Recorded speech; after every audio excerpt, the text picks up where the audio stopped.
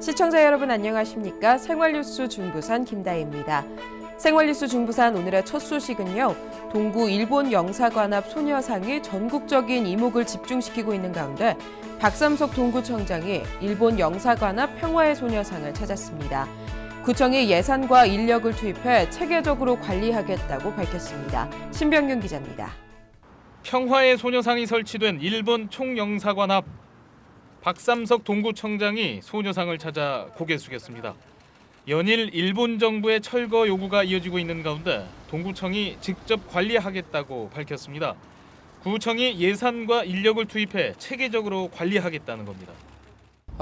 소녀상 문제는 여러분 잘 아다시피 우리 어머니일 수도 있고 우리 할머니일 수도 있습니다. 모두가 가슴에 피가 지금 흐르고 있습니다.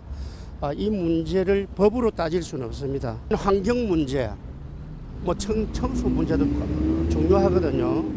우리는 환경미화원도 있고 또 여러 가지 관리 조직이 있기 때문에 그 조직을 통해서 관리 운영하고. 박 구청장은 소녀상을 더 이상 방치할 수 없다며 소녀상 훼손 등을 막기 위해 동구의 통합 관제 시스템과 연계한 CCTV를 설치하는 등 관리에 만전을 다하겠다고 덧붙였습니다. 소녀상 철거에 반대한다는 입장도 분명히 했습니다. 또 저는 영구적으로 이 소녀상을 설치하자는 이야기도 했고, 우리가 시설물에 대한 보안은 우리가 끝까지는 할 수 없습니다만 그걸 대처할 수 있는 것이 CCTV라고 봅니다. 범죄를 잡는 것도 요즘 CCTV가 전부 다 하고 있기 때문에 CCTV도 우리 관제소가 관측할 수 있도록. 동구청은 지난해 12월 28일 시민단체가 설치한 소녀상을 강제 철거하고 방치하다 여론의 비난이 일자 입장을 바꿔 소녀상을 재설치한 바 있습니다. 헬로티비 뉴스 신병균입니다. 부산에는 이 평화의 소녀상 말고 또 하나의 소녀상이 있습니다. 바로 어린이대공원 안에 있는데요. 공식적으로 부산시가 관리하고 있습니다. 이 사례를 통해 동구 평화의 소녀상 관리의 해법을 고민해봅니다. 차선영 기자가 보도합니다.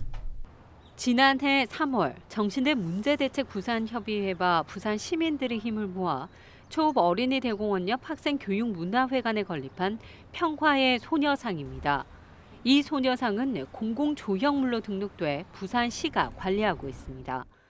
부산광역시 공공조형물 건립 및 관리 등에 관한 조례에 따르면 공공조형물 지정을 희망하는 단체나 개인이 조형물을 시에 기부하는 조건하에 장소의 적합성이 포함된 공공조형물 심의위원회를 통과하면 공공조형물 지정이 가능합니다. 건립 주체인 정신대 문제 대책 부산협의회가 소녀상을 부산시에 기부하는 등의 과정을 거쳐 부산시의 관리를 받게 된 겁니다. 사실 어린이대공원 평화의 소녀상 역시 건립과 조형물 등록에 쉽지 않은 과정이 있었습니다. 부산시가 절대로 허가를 안 해줘. 여기도 안 된다, 저기도 안 된다, 저기도 안 된다. 그래서 그 소녀상을 다 만들어 놓고도 6개월, 1년 가까이 못 세우고 있었어요. 일본 영사관 앞 평화의 소녀상은 장소의 민감성으로 일본 정부의 노골적인 철거 요구가 이어지고 있습니다. 이러한 위기감으로 불법이라는 낙인이 찍혀 있는 소녀상을 합법적인 테두리 안에서 보호해야 한다는 공감대가 형성된 상태입니다. 일단 부산시의회에서 위안부 피해자 조형물, 동상 등 기념물 설치 지원 및 관리사업 지원 조례를 2월 중에 발의할 것으로 보입니다. 지금 현재 제가 추진 중인 일본군 위안부 피해자 지원 및 기념 사업에 관한 조례로 여기에 의해서 이제 관리를 받으면 소유권은 시민단체에서 그대로 가지고 시는 관리할 수 있는 그런 기능만을 가질 수 있도록 그런 조례를 추진 중에 있습니다. 소녀상 보호를 위한 조례 제정이 예고되고 있고 동구청 역시 이 소녀상을 공공조형물에 준하는 대우로 관리하겠다는 입장을 밝히면서 앞으로 어떻게 소녀상이 보호되고 관리될 것인지에 대한 관심이 높아지고 있습니다.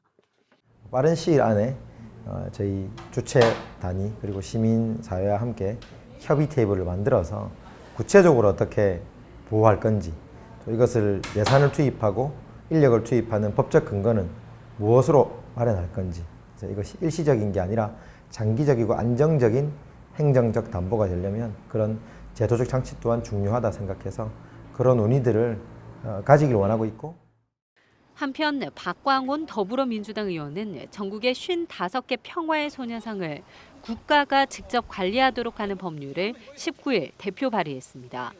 일본군 위안부 피해자 추모 등을 위한 시설물을 국가가 보호, 관리할 기념 사업물로 지정할 수 있도록 하는 것입니다. 국민의 자존심이 된 동구 일본 영사관앞 평화의 소녀상을 지켜내자는 국민적 염원이 커져만 가고 있습니다. 헬로티비 뉴스 차선영입니다.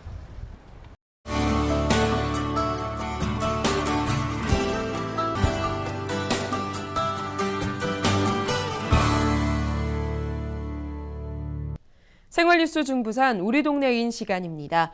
어린이들과 청소년들이 진로 직업 체험을 할 수 있는 체험장이 영도에서 운영될 예정입니다. 해양과 문화, 음식 등 우리 주변 삶의 현장에 존재하는 다양한 직업군을 일상에서 체험하자는 취지로 시작됐는데요. 부산문화예술교육연합회 류기정 이사를 신병균 기자가 만났습니다. 안녕하십니까? 네, 반갑습니다. 영도의 청소년들을 위한 진로 직업 체험장이 생긴다고요? 소개 좀 부탁드릴게요.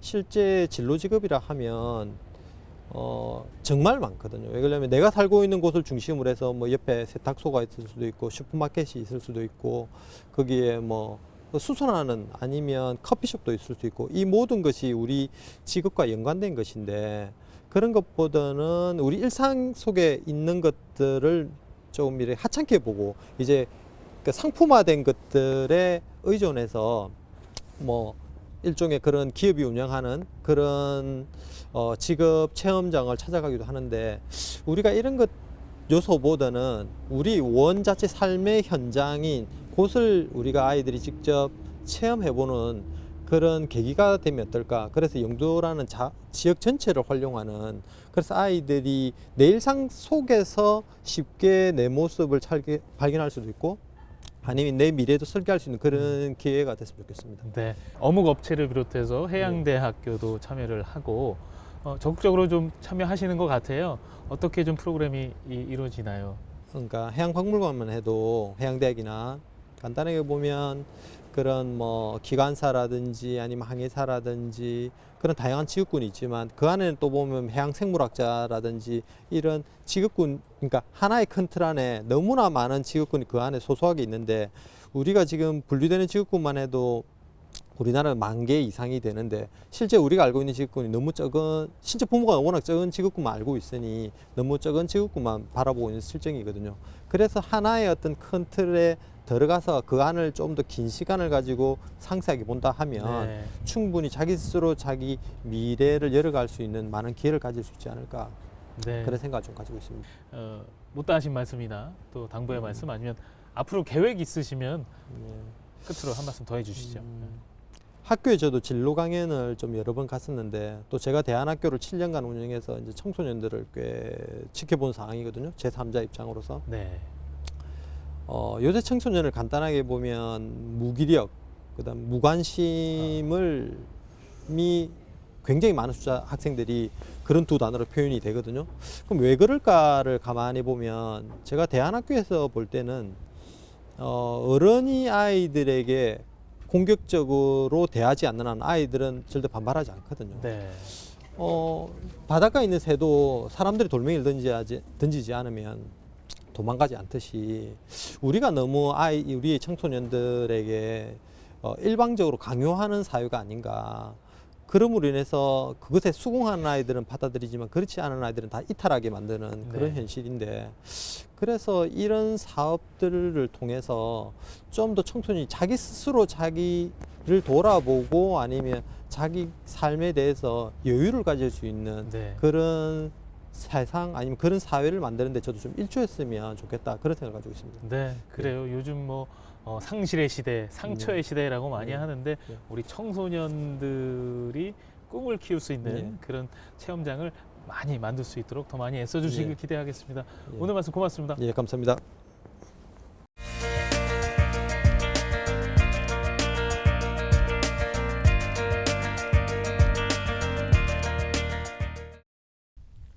용두산공원과 중앙공원이 지난해 11월부터 금연구역으로 지정 관리되고 있습니다. 중구청은 기존 광복로 금연거리 외에도 이들 공원 두 곳을 금연구역으로 지정했으며 오는 4월까지 계도 기간을 거친 뒤 5월부터는 본격 단속에 나설 방침입니다. 이들 공원에서 담배를 피우다 적발되면 2만 원에서 10만 원까지 과태료가 부과됩니다. 지자체가 고용한 비정규직 노동자의 생활 여건을 개선하는 데 도움이 될 생활임금조례가 부산에서 처음으로 중구에서 시행됩니다.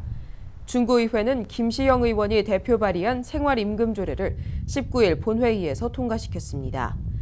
이 조례는 주거와 교육, 문화 등 기본적인 생활비와 물가 상승을 고려해 생활임금을 책정한다는 내용을 담고 있으며 조례 통과에 따라 생활임금보다 적은 급여를 받은 구소속 계약직과 기간제, 용역 노동자 등 비정규직 200여 명이 인상된 임금을 받게 되며 통상 최저임금 대비 1.35배 많은 임금이 적용될 전망입니다. 또 11명으로 구성된 생활임금 심의위원회가 매년 한 차례 생활임금을 산정하도록 했습니다. 한편 부산시의회에서도 지난해 정명희 의원이 생활임금 조례를 발의했지만 최저임금과의 형평성 문제가 있다는 지적에 계류 중입니다. 부산시가 2017년 저소득 주민 12특별 지원 사업에 지난해보다 6억 3천만 원 늘어난 40억 1천만 원을 투입하기로 했습니다. 시는 이 예산으로 차상위 계층의 자녀 11,700여 명에게 교통비 30만 4천 원을 1년에 4차례 나눠 지급하고 차상위 계층과 기초생활수급자 중 한부모 가정 등 7천여 세대에 연 10만 원 등 월동 대책비를 지급할 방침입니다.